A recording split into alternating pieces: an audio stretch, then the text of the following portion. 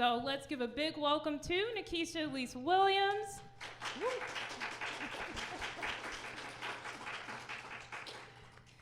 All right. Williams is a two-time Emmy Award-winning producer, an award-winning author, and producer and host of the Black and Published podcast. Some of you may recognize her from some of the library's writing workshops, as well as some of our lit chats. You may notice the tables have turned this time, and Nikesha is being interviewed herself. So we are so excited to have her here tonight. Nikesha's forthcoming book, Mardi Gras Indians, will be published in October. Her latest novel, Beyond Bourbon Street, was awarded Best Fiction by the Black Caucus of African American Librarians in the 2021 self-published eBook Literary Award. It also received the 2020 Outstanding Book Award from the National Association of Black Journalists. Nikesha is an editor at Narrative Initiative and a columnist with JAX Today. Her work has appeared in the Washington Post, Essence, and Vox, and she currently is working on her next novel and lives here in Jacksonville with her family. Nikesha will be joined in conversation with another wonderful author from our community, Yvette Angelique, a poet, teaching artist, and culture change strategist. Her social arts practice facilitates storytelling for healing, creating literary art, consciousness raising, activism, and advocacy. Equal representation of women's voices and discourse across multiple disciplines is Yvette's vision, so she seeks opportunities to help women and girls use storytelling to heal themselves and their community through the arts. Her most recent book is a digital poetry chapbook, Something Old, New, Borrowed, and the Blues. Yvette lives with her banker jazz musician husband in Atlantic Beach, Florida. And thank you so much for being here tonight. Yvette, I will leave the rest to you. All right, thank you. Thank you. It's so good to see you and that beautiful smile. It's good to see you too. Yes. Are you ready to be interviewed? I'm gonna have to be. So yeah, let's go. Right. So let's go. All right. So Nikesha and I go way back. I remember when she was writing for women, and she had sent me a draft of her book, and I went, girl. And of course, it turned out to be a beautiful book, and I had her come to my house. I have an annual party with neighbors and friends and it's called Soup, Slams, and Sounds. And so part of the event is authors and poets, and not only reading from their own work, but just poetry in particular, or pieces of reading that they just love and they just want to speak it. So when Nikesha came, she had baby Miles. I had Mylan, yeah. I think he was like 2017, so he was 2. Yeah, on her hip, because he loved his mama. And she sat there and she read from that book, and then he sat down by her feet, and she engrossed the audience of about 50 people or more in the house at the time. And I, after her reading, I said, "Girl, you got some books in your car?" You said, "Well, I got some." I said, "Where your books at?" She goes, "Well, they're in the trunk of my car." I said, "Go get them." She sold out. I did. Yeah, she sold out. Yeah. Thank you. So right from the beginning, I knew right then and there that you had a special voice, a special voice. And so I'm just so grateful that you live here in Jacksonville and that you could tell stories from that place. So I'm sure we have a lot of writers that are in the audience and writers that are on the Zoom. So I'm going to open up with something that I know I get asked on a regular basis as a teaching artist, and that is, what practices do you follow to keep your butt in the chair to write? Ooh, so they've changed over the years. When I started writing for women, I wasn't married and I didn't have any children. So, and I didn't, know what it was going to be. And so when I first started writing for women, it was when I felt like it, until I lost that manuscript and had to start over. And so then I was kind of writing angry because I wanted to finish and rewrite what I lost and then actually finish the novel. With everything else that came after that, I was still working in television. And so my schedule was either 1 a.m. to 9 a.m. or 2:30 p.m. to midnight. So I would have long stretches of the day where I would just be home by myself, either in the morning, and my son was already at daycare, so I could write in the afternoon from like, I'd get home maybe, let's say 10, I'd write to like 1, take a nap, and then go pick him up. Or I would drop him off, and then I didn't have to be to work till 2:30, and so then I would write from like 9 to 2, and then rush to work and try not to be late. And so that was really how I cranked out all the novels that are on the table there. Wow. The last books that I've written, Mardi Gras Indians specifically, I researched and wrote it during the pandemic. And so at that time, I think schools had opened back up, and I know for working at home and writing, he had to go to somebody's school. He couldn't be in my house all day. So that's how I wrote Mardi Gras Indians. Although for the project that I'm working on now, and this is the second year that I'm working on it, I've had my daughter. I started the project for a contest for Simon & Schuster, where they said you write the first 25 pages, and if we like it, you'll be a finalist, and the winner receives a $50,000 contract. Nice. So I started that manuscript like June 4th. I finished those first 25 pages like June 7th. My daughter was born June 11th. Wow. I came out of the hospital, came home, read through those 25 pages, sent them off for the contest by the deadline, which was June 14th. And then I said to myself, well, if you go to the next round, they're going to want to see a whole book. Right. But I just had a baby. Yeah.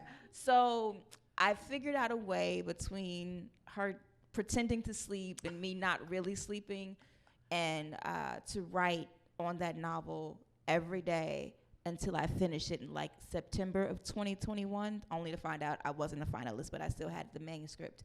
And the way I did that was, there's a writer by the name of Jamie Attenberg who's based in New Orleans, and she does this thing every summer called 1,000 Words of Summer, where she runs it for 2 weeks, where 2 weeks straight you write 1,000 words a day.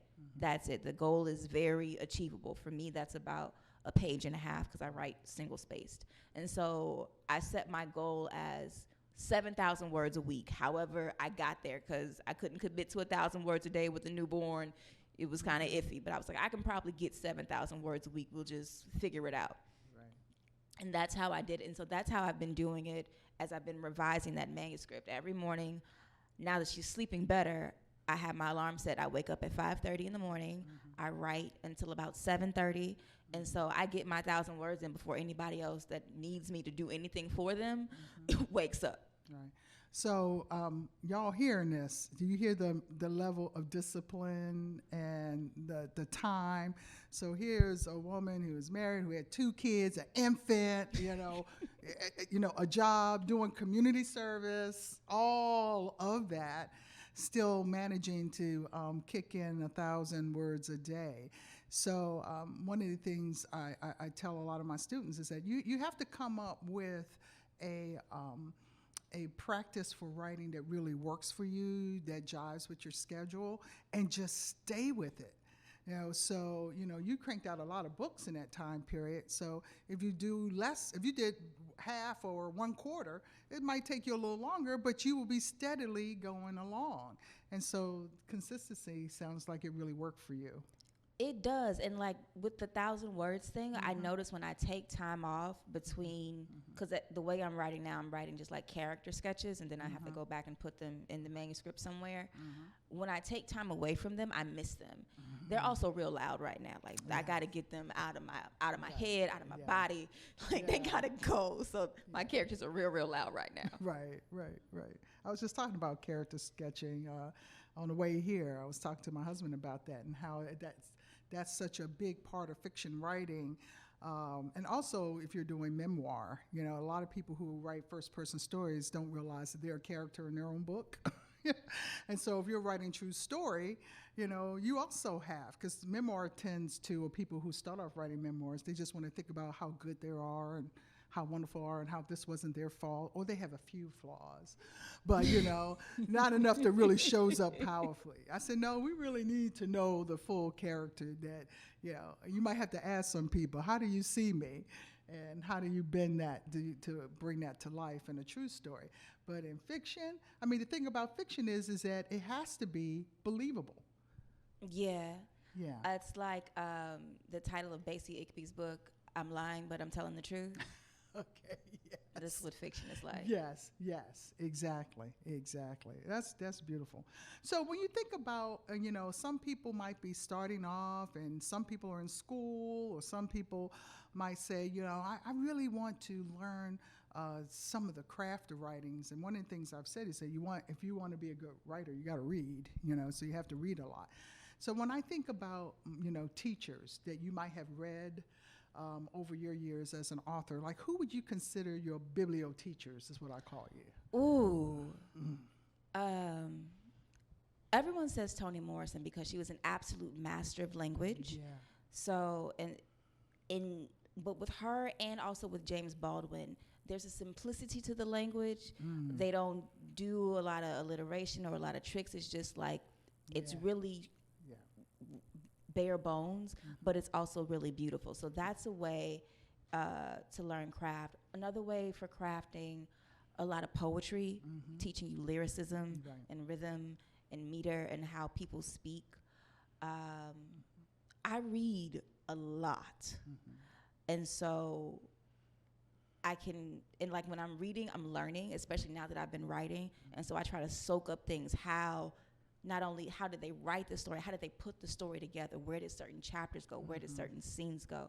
So one book I really, really loved that I recently read was Maisie Card's These Ghosts Are Family, set in Jamaica and Brooklyn about, this family and all their historical secrets. I love the way that she crafted that story.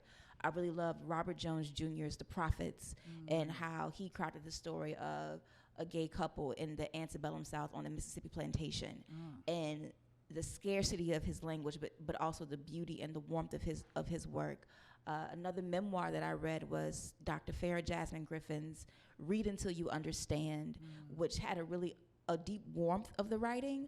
So I learned from just about everyone that I read, even if it's that I like the way they did this here, I don't think I can emulate it, but let me do my own thing. And so, it is read very widely. I don't have an MFA. I didn't get into grad school, but I can always go get a book and read. And with the type of story that I'm crafting, or even that you want to write yourself, read someone else who's writing in that genre or in that specific style to help you figure out what it looks like. And that's been very helpful. Absolutely. I think that's some great advice. I tell people that, select a writer that speaks to you, that you just seem to have all of their books, that you like the way they lay out the story, you love the language that they've used, and become a student.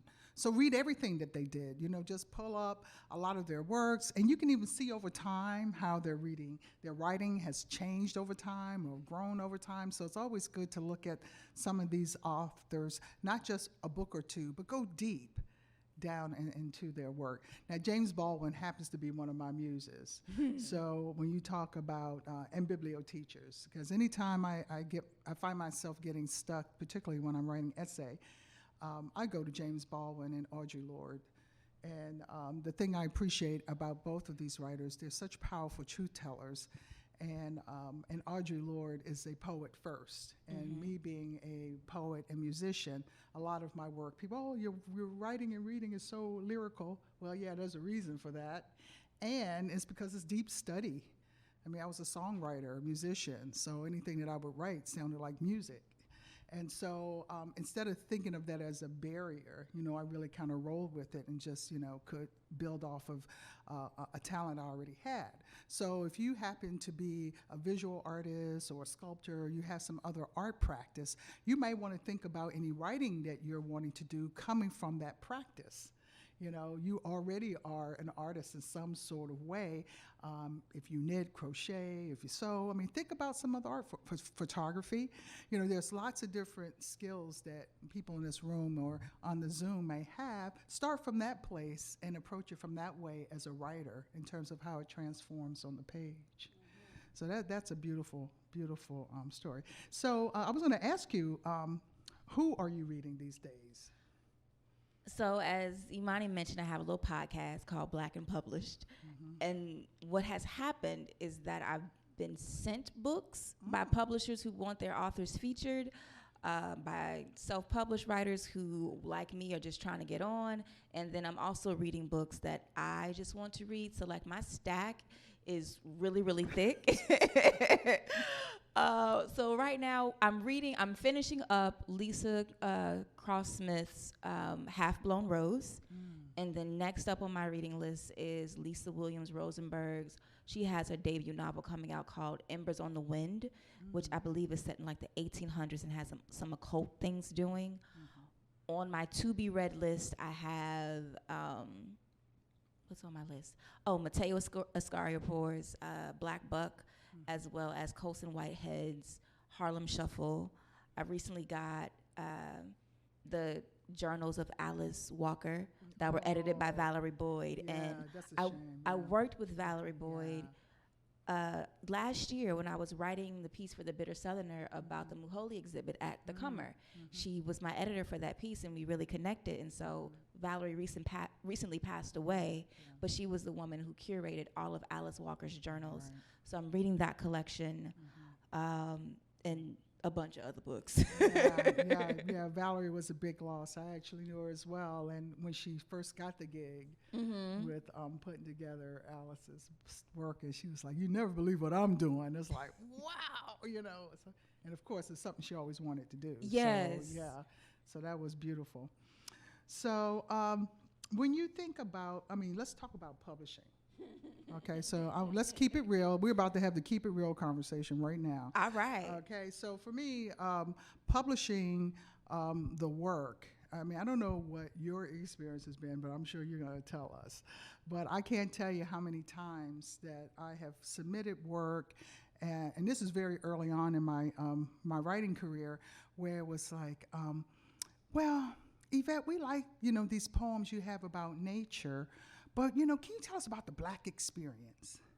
Or, Yvette, we really like this thing about leadership that you did, but can you tell us about the Black experience?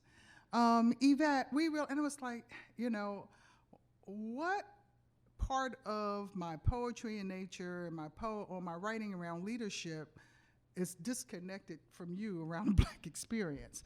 Because it seems like that there was a narrative that, you know, a Black experience was not inclusive of nature talking, and a Black experience was not inclusive of leadership. And so, I mean, it was really discouraging because I felt like I was stereotyped and only could have one type of voice that I could use. And if it didn't talk about discrimination and racism and slavery, then I didn't have nothing to say. So I know that's been my experience around dealing with publishers. So talk to me. Okay. This is a keep it real conversation. Okay. So my debut novel, For Women, it started with a short story in my dorm room in 2000, not my dorm, my apartment in 2010. As I mentioned, I started writing in 2013. I lost the manuscript in 2014, rewrote it, had my son in 2015, and he was about 8 weeks when I finished the manuscript. So when I finished that debut novel, I wanted all the things. I wanted the agent, I wanted the book deal, I wanted to quit my job, I wanted to go on a book tour. I wanted all of the things. Clearly, it didn't happen that way. So when I finished the manuscript, I began to query. I think I queried like 30 agents a month for 4 or 5 months. You do the math. Most of them, all of them were rejections, but there was one agent who was like, "You really can write, but you have to do some revisions." So I was like, I'll self-publish, because at the time I wasn't friends with revisions. So I started looking into self-publishing and began to set things up. I was working at the television station at the time, so our graphic designer for the television station also did graphic design on the side. So I was like, "Hey, can you do my book cover and build me a website and all these things that I don't know how to do? And she was like, yeah, sure. And as I was getting ready to self-publish, I saw this article somewhere online that said, like, you never know who you might know who can help you get to your goal. And I was like, huh. And at the time, a friend of mine, one of the reporters, her boyfriend had a talent agent. And I was like, can you ask him if his agents know literary agents? She did. They did. We talked. And they were like, yeah, we want to sign you. So then I get the literary agents, and all the work that I was doing to self-publish for women, I paused. Worked with the literary agents for about a year and a half, did 2 really big revisions on For Women. We kind of became friends. And then they put together the book proposal, the comps, the positioning sheet, all the things, and sent it out to publishers. Nothing. Crickets. That was late 2016, and the library, Jacksonville Public Library, was getting ready to have their inaugural JAX Book Fest in 2017. So I reached out to my agents and I said, hey, this is happening. I think I should go. And they were like, well, you don't want to be a vendor. You want to just like go and meet people and pass stuff out. So they worked with me to make samplers and galleys. And so I had like 50 samplers of the first like 50 pages of For Women. And then I had like 25 of the full manuscript that I was giving out to people. And I think at that time, the manuscript was under consideration from Source Books, which is a publisher based in Chicago, and then an imprint of Harlequin. I don't remember which one. And so we were waiting to hear back. I made a trailer for the book using my television background to like buzz up some interest in it. And as I was making the trailer, I was like, well, most trailers have a release date in them. So I put the release date, November 23rd, 2017. And so my agents were like, well, if we don't sell it, are you set on this? And I was like, unless you get a book deal November 22nd, this is the day it's coming out. I love that. I love that. And so that's the way it went. And as they were like, at this point, you just need a copy edit. During the inaugural book festival, I met Arvita and Roy Glenn, who do a lot of things with the library through the Writers Lab and the Authors Roundtable. Well, they both worked in book publishing in New York for Urban Books in the early 2000s. And Arvita was doing some freelance editing for Kensington Press. So she stood up and was in one of the sessions and was like, hey, if you were looking for a copy editor, they need to have taken a test. And God was like, that one. And I was like, yes. So then I'm walking around the library trying to find out where she went because I had lost her. So then I find her, I introduce myself, she agrees to edit my work. And so I've been working with them for all of my books. Her and Roy, I've always been my editors. The woman I worked with at my television station has done all of my book covers. And so that's how I started to self-publish for women. And then after that, nobody could tell me no. Right. Because I could do it myself. Right. And so I did. And so I wrote all the stories that were in my head, the sequel to For Women, several other books, all the ones that you see here. And I hadn't really entertained traditional publishing since then. And one of the things that I got feedback on for For Women was that, the book was good, but it didn't excite audiences in basically their marketing room. And so they didn't know how to sell it, which goes to show that writing, like all art, is subjective. Mm-hmm. And just because the book is good doesn't mean that the publisher that you're trying to attract, it meets their bottom line for their P&L list. Exactly. So you could have a great book, but if they don't know how to sell it and make their money back, why are they going to advance you 5-6 figures worth of money if they can't sell it? So like that is something to consider. That's also some BS as you see the reckoning that's happening in publishing now, where they're looking for Black voices, own voices, diverse books, all those hashtag and buzzwords that, bring out readers. So that's been the experience up until 2020 when I left my television job. I was freelance writing, and I wrote an essay for The Bitter Southerner about red beans and rice. Came out in February of 2020. A couple weeks after it came out, I had an email from the acquisitions editor at LSU Press saying, hey, we're doing a series of books on Louisiana culture. I read your essay. Would you be interested in writing for us? So I didn't have to pitch or query or do anything for the book deal to come to me. Wasn't a big book deal, wasn't a big advance, very small, academic nonprofit press. However, when the book comes out in October of this year, it will be my first traditionally published book credit, along with all the other credits that I have as a fiction novelist. And so at the moment, the project that I'm working on, I know I need help. I think I've exhausted all the resources that I can on my own as a self-published indie author. And so I am in the process of like finding agents and a publisher and all of those things. But it's not in the same way where I don't know anything about the industry. I have a few agents that authors that I've spoken to through my podcast have recommended me to, say, hey, just reach out to them when you're ready. There's one that I'm in pretty constant conversation with right now, who is interested in, like, I talked to her in March. She's like, yeah, it's not a yes, it's not a no. You need to go back in and do another draft of this. And so that's what I've been doing.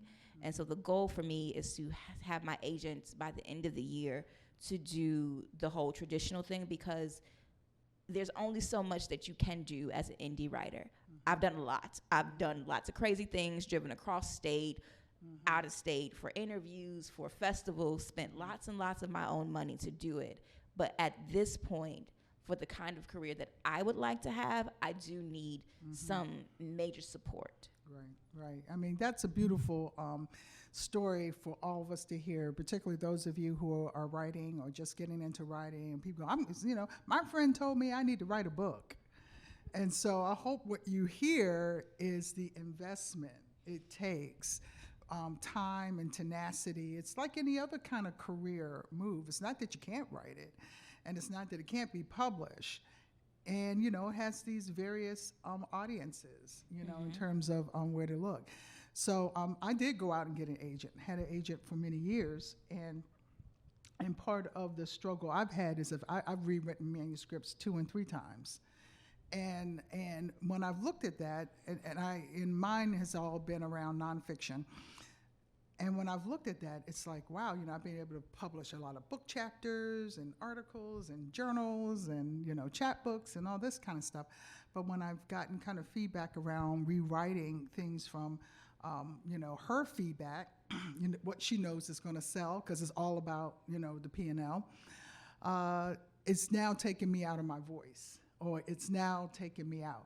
So even when you work with a big publisher, my strategy was to shift differently. Like, she wanted to go to big publishers, and I chose to pursue smaller publishing. So I know the advance is not going to be as big, and I know all those things, but I have greater control over my writing voice. I have greater control around how I want to put my story out there. And because of the structural racism and sexism that is in the publishing industry, that's the only thing that I know that I can do for myself in terms of truth-telling. My truth-telling has to be what's really happened to me. So like one of the examples is that during the pandemic, my agent called me. She said, girl, you have got to write a book about Black joy. I've been getting all kinds of feedback from editors and from these houses, and they want a book about Black joy. Now, we just, learned about George Floyd, and they want me to write a book about Black joy. I said, girl, I ain't feeling Black joy right now. So there is a book called Black Joy. I interviewed the author, Tracy Michelle Lewis-Jagetz, but she started after the George Floyd moment. She was already writing these essays about joy as resistance and joy as resilience. So then when her essay hit the Washington Post, I think June of 2020, she got her first book deal, but she's a ghostwriter, very successful ghostwriter. And so there is actually a book called Black Joy. There is one, because after I saw that come out, but it's two. What I was writing was very different from hers, and I'm still writing my Black Joy book. It's actually Black Joy Lives in the Revolution, because part of what I got clear about in writing the book was I felt like I was being also, again, shaped into a voice that wasn't true. Like, in this moment about Black joy, I wasn't feeling that. So to come up with something just to satisfy a publisher just didn't feel right for me, because part of Black joy is Black pain. And so part of my Black Joy Lives in the Revolution also is a storytelling about Black pain and then joy. So it's a mixture of both, because for me, that's real around that. And so when I've pitched this to, had this idea pitched to a couple of smaller, medium publishing, people like the idea. So part of this thing is that you really, there's two things I'm hearing from you. You first of all, editor, editor, editor. If you're going to self-publish, you must have an editor. So an editor will make you look good. They will see, they're not going to give you feedback your mama's going to give you. So it's like you really have to have a good editor, and it's somebody who gets you. I had an editor for my, when I was in a creative writing for social justice program, and I paid for an editor to do my thesis dissertation, and she was in San Francisco, and this was back in 2003. This woman was awesome. And so she got me so well, and it was like, oh my God, I want to use you forever. And she just told me, she said, Yvette, this will be the only project I can do with you. I'm editing so many books, I have enough work for the rest of my life. And she was an older woman. I remember you telling me about her. Yeah, and I was like, I wanted to cry because I had found my soulmate, right? And so part of this thing with your editor, they got to be a real soulmate with you because you all got to be on the same page. Mm-hmm. And I found one other person since then. I wouldn't call her my soulmate, but she was a good editor of my book. But still, I'm probably in search of a good editor. Mm-hmm. Yeah, so I think that's an important thing, again, for you all to hear in terms of this work. So let's talk about your book, because I want you to read an excerpt before we take questions. I just want you to read a little piece so we can just get a feel for the voice. So I have all your books. I did not have Beyond Bourbon Street. So this was the book I did not have. Mm-hmm. And so the first thing I said, I hope you don't bring some books out. I need to buy that book. And so I'm really anxious to read this. But tell me a little, I know about the book from reading a lot of reviews and things on. I know it got the awards and all. But tell me a little bit about what kind of moved you in this direction, because I know it has a family connection. It does. So that's my grandmother's house on the cover of the novel. And I took that picture in 2006, 2 years after Hurricane Katrina, but my grandmother never returned to New Orleans. So that's the house as it was cleaned out and vacant. So the idea for this book started with Katrina in 2005. I was still an undergrad. And to graduate from the creative writing program at FSU, I was in the honors in the major program. You have to write a thesis. Well, I was creative writing, not literature. So my thesis was this creative writing story called From Pillar to Post, about this couple who meets in the lower 9th Ward at my grandmother's house, as it was their house, and they're rebuilding it, and they meet. And so I wrote the story, passed my thesis, defended it successfully, and I let my roommates read it. And one of my roommates was like, the story's not done.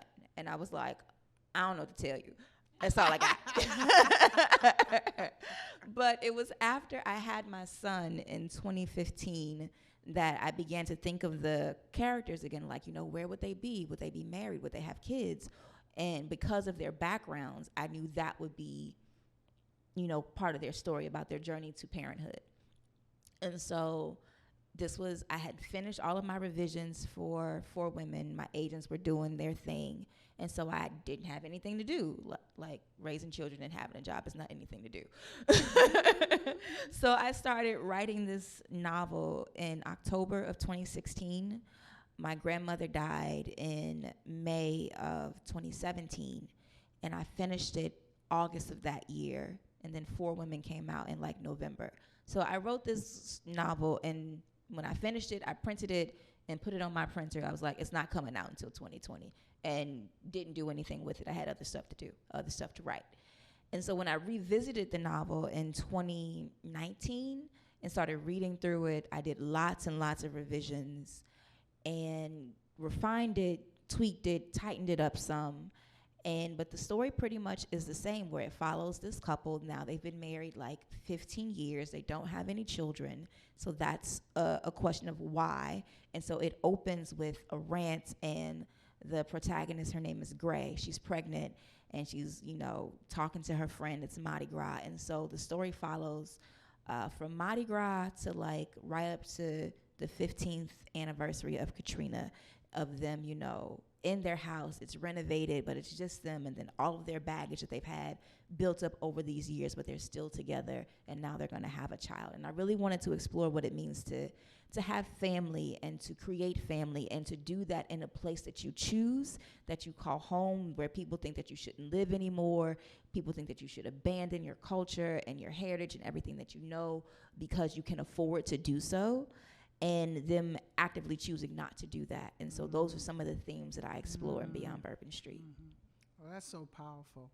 And the power in that is that, I mean, you take a real situation and you're dealing with, something really happened as Katrina, and these are like real people's lives. Real people have to make these kind of decisions. So there's a lot that we can learn, from the storytelling. Yeah. So what would you like to read? Just so we can hear your voice a little bit. I can read something from Bourbon Street. Okay.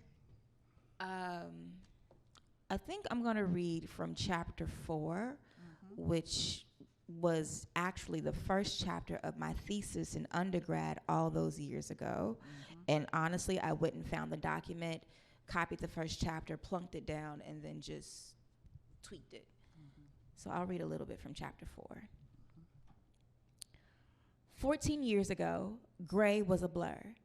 The first time Bombay saw her, she was a brown blob awash in light-colored fabric, standing in spoiled topsoil. He didn't see the definition to her shape or any of her facial features. She blended into the beige blob that he'd seen for blocks. It was nearly 1 year after the storm, after the water, August 14th, 2006. Bombay had been driving his car block for block through the lower Ninth Ward. He began on Jordan Avenue, starting his journey by the mysterious barge some say had never been there before the storm, that was now pushed up on the bank of the levee, those same some believe was intentionally detonated and destroyed to purposely flood the Ninth.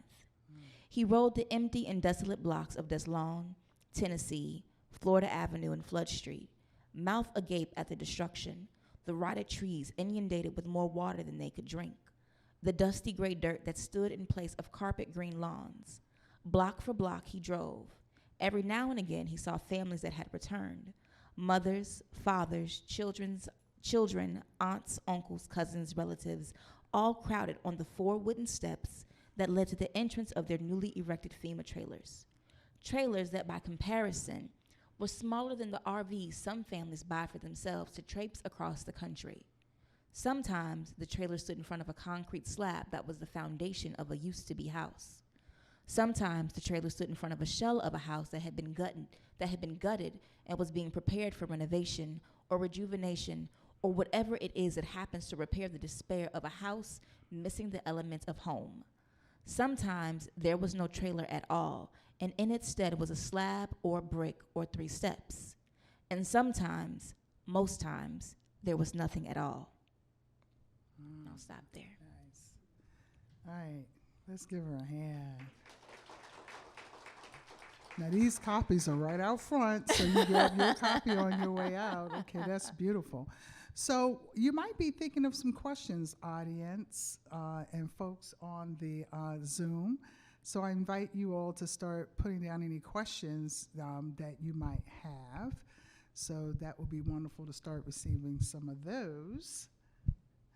I know we got some being collected out of the audience now.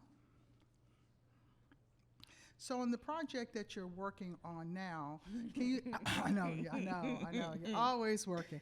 Get us a little bit of a hint on that. Ooh, child, these people. Okay, so I started with this idea of a 14-year-old girl who didn't know her father. And what would that look like? But if you don't know your father, your only parent is your mother. So then there are all these mother-daughter tension type of situations. And then it was the mother, the daughter, and the grandmother. And so the story is set in my native of Chicago. And so I wrote last year 100,000 some words about, the mother, the daughter, and the grandmother, their dynamics, and the daughter's quest to find her father. And as I was writing, my initial outline was only from the 14-year-old's perspective, but about 3 or 4 chapters in, I stopped being interested in her. And probably because I've never written a child before or even a teenager. I normally only write adults. So as much as I liked her, I didn't feel she was strong enough to sustain a whole book. So I got her up to a point where she learned her father's name, and then I did like 8 chapters on her mom of how she and the dad met and leading up. Nice. And then I picked her back up maybe 4 years later when she's 19 or 18 or 19, and she meets him in this story. And in all of this, there's this meddling grandmother who's real brash and a little mean and just very loud and outspoken. But she said something in one of the scenes toward the end of the initial draft that I have that I couldn't shake. And so I had this 100,000-word manuscript, submitted it to an agent, submitted it for the contest where it didn't win, and that's when the agent had told me, like, yeah, you need to go back through this. But she read the whole thing. But even as she was telling me I needed to go back through it, I already knew that I did, because I was like, well, what about all the other mothers? Like, what are their stories? So now it's become this generational epic where I've gone back 7 generations, and it's inspired in 2 ways by my mom. Hi, Mommy. She's on the Zoom. My mother is really, really, really into genealogy. And I don't remember if it's with my grandmother or my grandfather, but she's stuck at one ancestor, and she can't find anything before him. And I was like, tell me what year was he born? And I was like, okay, well, the slave trade didn't end until 1808. So his mother probably was African and came over on a slave ship, and we wouldn't have that name or that record. And so from my story, I'm like, well, how far back can I go before I don't have any more records? Because as a Black American, there's a stopping point to where you can go in your search for your ancestors. Like, everybody's not gonna have the Alex Haley Roots story. And the records probably aren't as good as what's kept in like the Caribbean islands, where they can kind of find out, the ship and everything. Like, what made American slavery really, really work was how they bred slaves, and everyone followed the condition of the mother. So you can only go so far back until you have to come to a stopping point. So I was like, okay, I know who my stopping point is. And so then I had to write all these other women. And so that's kind of where I am now. I have the first 3 from the original manuscript, and then I have all the other mothers and grandmothers up into the stopping point. So where I'm writing now is I have 2 more characters to do. I'm halfway through one, and then I have to do the one who's going to be the stopping point that nobody will really know. And that's kind of where I am. Oh, that's fabulous. So you got the preview here. All right, so we have several questions from the audience. So one is, what was your writing process to start your manuscript? Which one? Well, I'll tell you what, why don't you just pick this, well, you sort of gave us a hint on usually this one, it starts with the idea. I do a lot more thinking than I do writing. I'm very disciplined when I'm writing, but I do a lot more thinking than I do writing. I think all the time, and then I just write snatches down in my phone until I feel like I have enough where I'm like, okay, I guess I can write you people now. And it's usually at the point where they're getting to be really, really loud in my head. Like, I'm always thinking about them. So like for this current project, after I wrote those first 100,000 words and started thinking of how to expand the story, I would just be thinking about these women all the time, in church, folding laundry, in the car line at school. Like, it's been ridiculous. They get really, really loud, and they're just telling me things, and I'm trying to take notes on what they're saying. I'm trying to listen. So usually once I get to a point where I have enough notes in my phone where I have like paragraphs that need to be actually on a real page, I know, okay, it's time to sit down and to start.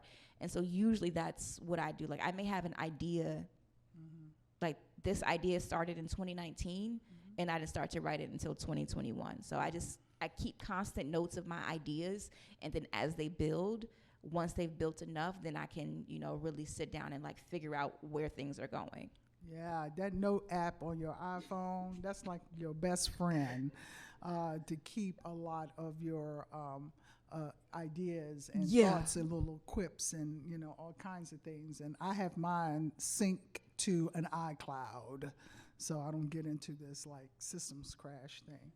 So while we're talking about like, process of development, here's one that says, you mentioned character sketch or description of character. Have you used friends or family to give you a character? Did anyone give you grief about it? Any advice on this? I have never used any of my friends or families as my characters, and I think that's probably just because of how active my imagination is. However, I will take things that people say. So, like, there's a line in Beyond Bourbon Street where I think one of the characters, a male character, says, they don't have enough money to come fix the potholes. You think they got enough money to come cut the grass? And that was directly, I pulled that from my cousin, said that one time we were in New Orleans and talking mess, and he said that. I was like, oop, thank you, stealing. And so I don't base characters off of generally of people I know. But I'm always listening, and so if I hear something that I like and that could fit one of the characters, I'll take it and have it stored away for somebody at some point. Yeah. Well, I do. I have people, I write nonfiction, I write poetry, and I write creative nonfiction. And so a lot of my stuff is based on real people. And so in that case, what I do is I share it with them. I share it with them. I just say, I just want you to know I'm writing about so-and-so, and this is how you showed up in my work. So if there's something that feels truly offensive to you, just let me know. That doesn't mean I'm going to change it, but I just want to know what I'm dealing with, right? And so, I quite often said that. And so folks are like, wow, okay, or all right, or they've never gotten back. Some have gotten back. I haven't had a situation that, but that used to always scare me.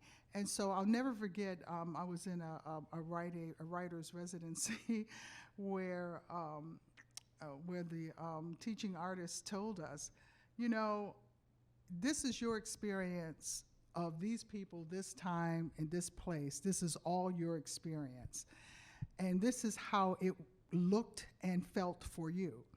Now, if they had a different experience of a similar scenario, then they need to write their own book and they can tell about it there. And it's like, but this is your story. And so it's really important that it comes from your own voice, like this is my experience. That's how I hold it, because nobody can take away your experience. Right? This was another good one I like too, is that what is a reasonable number of rejections? This one made me smile. By queried agents and book publishers, should one make the decision to self-publish?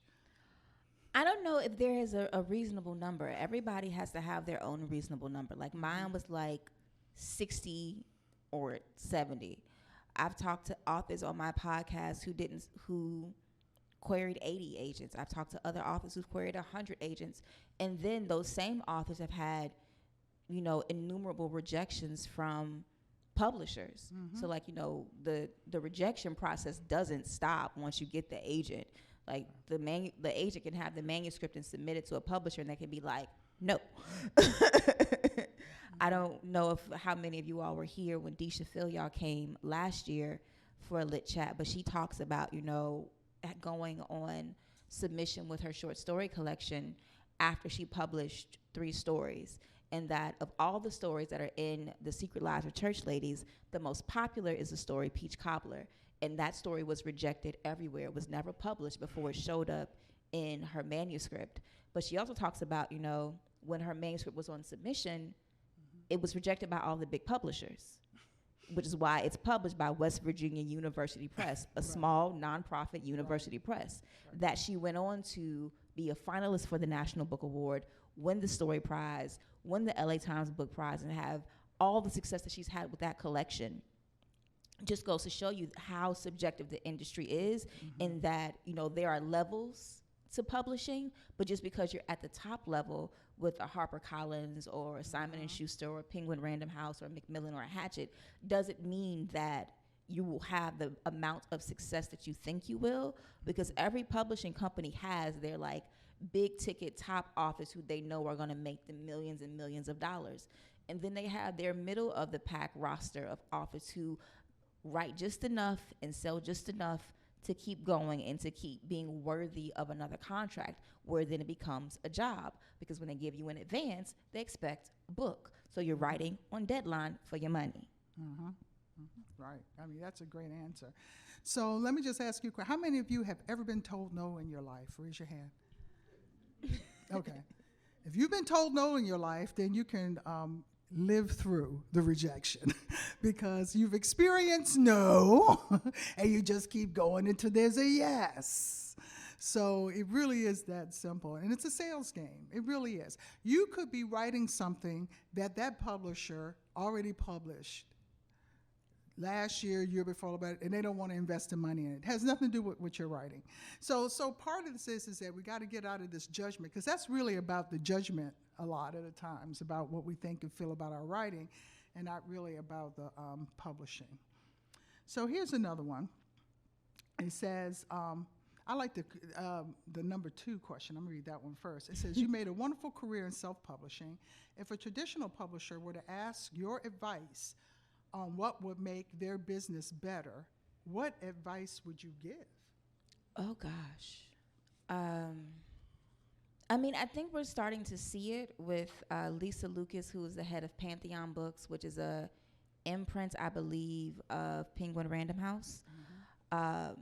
But it's to have more diverse stories, mm-hmm. and not just diversity on the surface, but like diversity of the stories, diversity of the editors who are working in the publishing house, diversity of the graphic artists who are designing the cover art. Like, there needs to be inclusion and equity at every level of the industry, because then that will make a better industry. I don't know if anyone subscribes to the New York Times Magazine or saw the recent story about book publishing, but, it started with, these rich young white women who considered working in book publishing their dress money because they had a trust fund or rich parents. That's continued to this day. Like, book publishing has notoriously low pay rates and long hours. So if you get out of college with a degree and 6 figures worth of debt and you want to go into publishing, they're only paying you like $28,500, and you must live in New York. Mm-hmm. Well, pre-pandemic anyway. Right. You can't live on $28,500 in New York. Right. And so that prevented a lot of people from even entering the industry to ever have careers. Mm-hmm. And if you look at when it comes to African American books specifically, they have come in waves. So one of the first waves is famously attributed to Toni Morrison, mm-hmm. when she worked at Penguin Random House and was an editor, and she was publishing folks in people's books who looked like her, who had a different perspective because she could. Mm-hmm. However, when Toni Morrison left publishing after Sula, there was a decline in the number of books that came out by African American and other authors from other backgrounds.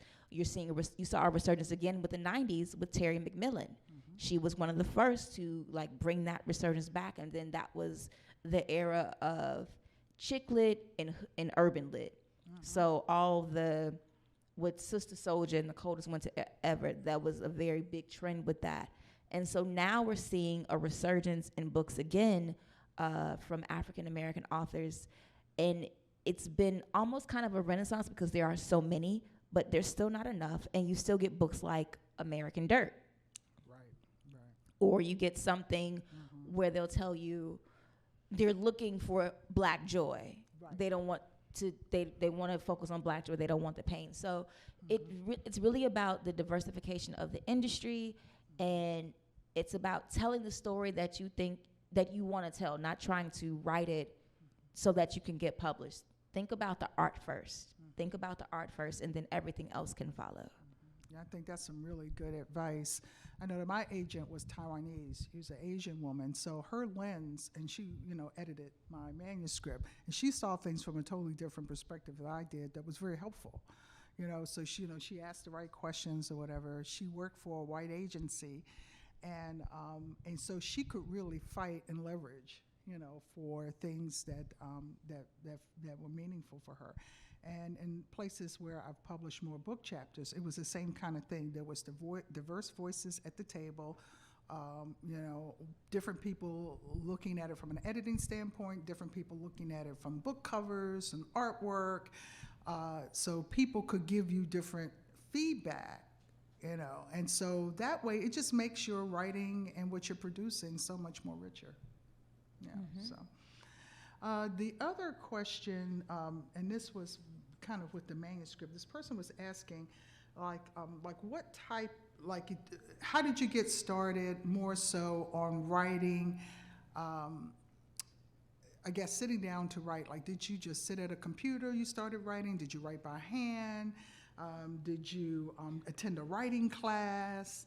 Like, how did you, when you decided I'm going to write, like, what did you do for yourself to tool yourself to ready to go? I just sat down at the computer, and that's what I still do. I just sit at the computer. Sometimes it's my desktop when I'm being like very formal about it. Mostly now it's my laptop because, as I said, I write at 5:30 in the morning. So literally my alarm goes off, I turn it off, I go to the bathroom, I get back in my bed, I reach down by the side of my bed, I pick up the computer and I open it and I turn off all the lights so that my daughter doesn't wake up, and I sit in my bed and I write for 2 hours. So it is at a computer. I've heard that people write by longhand. I believe President Obama writes longhand, and I don't understand those people. I'm one of those people. But like his book is like 500 pages in 2 volumes. Like we haven't even got the second volume that's yet. Too much. And that's he too writes much. that longhand. Like I have neither the time, patience, or hand strength. I'm one of those people. I write everything by hand. I write everything by hand, and then I put it on the computer because, for me personally, I get to a deeper emotional place when I write by hand that I skip when I'm writing just, on my computer. It's a noticeable difference to me in terms of what I write. Now, most of the stuff I write is poetry and, essay or epistles, so I'm writing in that creative nonfiction. But writing by hand is where I start my work. And then I have this wonderful app. What's it, Scrivener? I've heard of Scrivener. I don't want to do the tutorial. I know, like I don't want to waste the time to do the 45-minute tutorial to learn how to use the software to write the book. It's easy. You don't need to do that. But it organizes your work in a way. Like I like organization. So so for me, I can stop, and then go back and pull from different things. So I use that app, and it talks to my computer, my iPad, and my iPhone. So, and I can place all my research because I'm writing nonfiction. I have to do a ton of research. I could put loads of research that's connected to the internet on the places where I'm writing, so I'm not looking for different things. So just in terms of organizing your work, that's a really nice app to have if you're thinking about just where do you put your work. Do we have time for one more question? Is there any more from the, I don't know if anything from Zoom? So, okay, I just want to make sure. So we had this, I think we have one more thing. Okay, let me go back to this one question. It says, what moment in your writing career did you realize that you were a writer more than writing just being something you did well? Maybe now.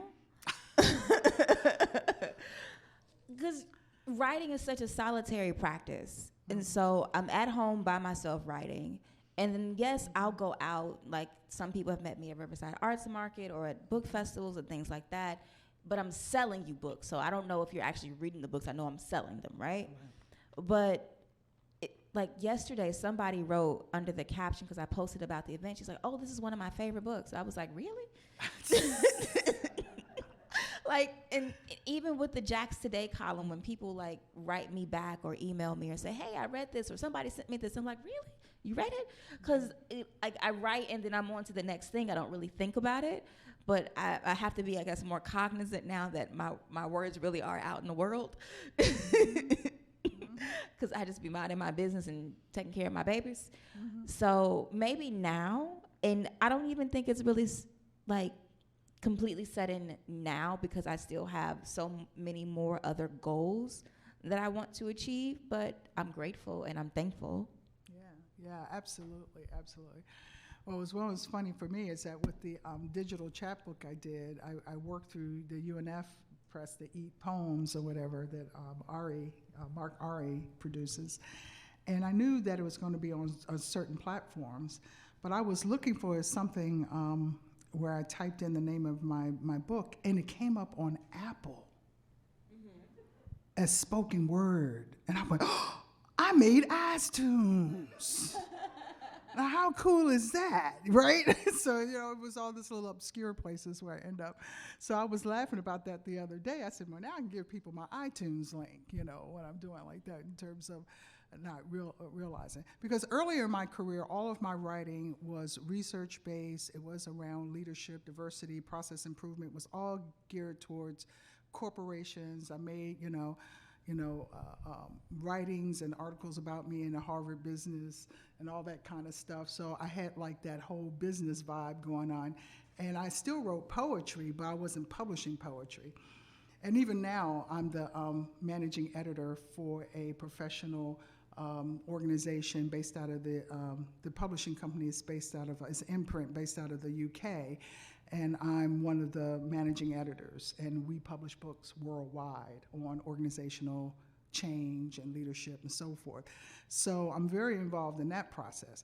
But my artistic hat as a poet, which I was way before, this other writing that I was in research I was doing, that just got more tricky in terms of, when did I realize that, I'm a real poet. And I remember the moment. I was in grad school. I was 40 years old. I got out of a PhD program to go to school for writing. And I had been writing poetry all along, and I had to do an open mic. And at the end of the open mic, and I read my poems, I had a line of people waiting to talk to me, and they told me about my poetry, and they told me which ones they liked, and they told me lines that they remembered. And then it was in that moment where I said, oh my God, I think I'm a poet. So for me, it was that moment where people just remember, your work, that you just, they weren't looking at any book or paper, they were listening. Yeah. So on that note, I know they're dying to get us in. We're not going out in the storm. Anyway, thank you so much, Nikesha, for being here and allowing me to interview you. No problem. Thank you.